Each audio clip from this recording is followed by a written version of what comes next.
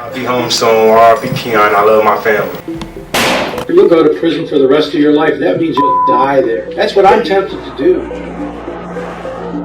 Underage Daunte Wright mocked the victim's mother in court, and his arrogant attitude led the judge to revoke his not guilty release. While the grieving mother was overwhelmed with sadness, Daunte showed a smug smile, shaking his head with indifference. Shockingly, the victim's mother eventually chose to forgive him. In court, Daunte admitted that back in October 2016, he and his friends attempted to rob 18-year-old Jordan Kelly, and Daunte fatally shot him in the head. What was supposed to be a year of celebration for Jordan's family with senior pictures, prom, and graduation turned into their most painful year. As Daunte recounted the crime, he appeared completely unfazed, shaking his head and rubbing his hands, showing no sign of remorse. Meanwhile, Jordan's family was devastated, and his mother, filled with grief, spoke the most venomous curses. I've lost my only child, my son, my baby, my friend. More than that, I've lost laughter and love. I no longer have the hope of having grandchildren.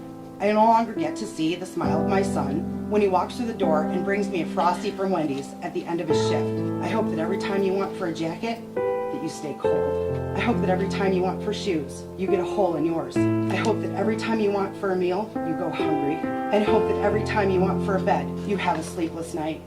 I hope that every time you wish for your mother, she doesn't come for a visit. Yet, she ultimately chose to forgive Daunte, giving him a second chance and dropping the charges, as she didn't want Daunte's mother to lose her child too. I don't wish or hope any of that upon you. I simply wish that you go to prison for the maximum time your plea agreement allows, that you become something more than what you were taught to be in your miserable life, and that your child gets brought up far away from the life you led.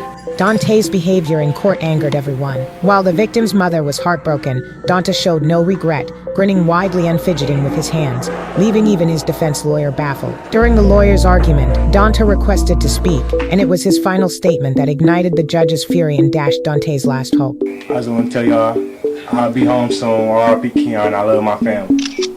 The statement set the courtroom ablaze. The judge erupted in anger and immediately consulted the prosecutor. Without hesitation, the prosecutor agreed. But watching you sit there, smile, laugh, and shake your head like this was no big deal, I'm very tempted to just say I'm not going to accept this sentence agreement. Mr. Bella, do you want me to accept this sentence agreement? You want to remove me appropriately? Yes. Daunte's smug expression quickly turned to panic, his confidence shattered. If this shift brings a smile to your face, share your thoughts in the comments. Although he later tried to apologize through his lawyer, it was too late. In the end, the jury sentenced Daunte to 50 years in prison, where he will spend much of his life behind bars. After the trial, we interviewed the victim's mother regarding Daunte's performance in court. She believes his smiling and head shaking were side effects of discontinuing his psychiatric medication. The attorneys know his diagnosis, what medications he's supposed to be on that he's have not had since he's been locked up. So, I mean, it's another reason why. The smiling does not have nothing to do. So what do you think about this case?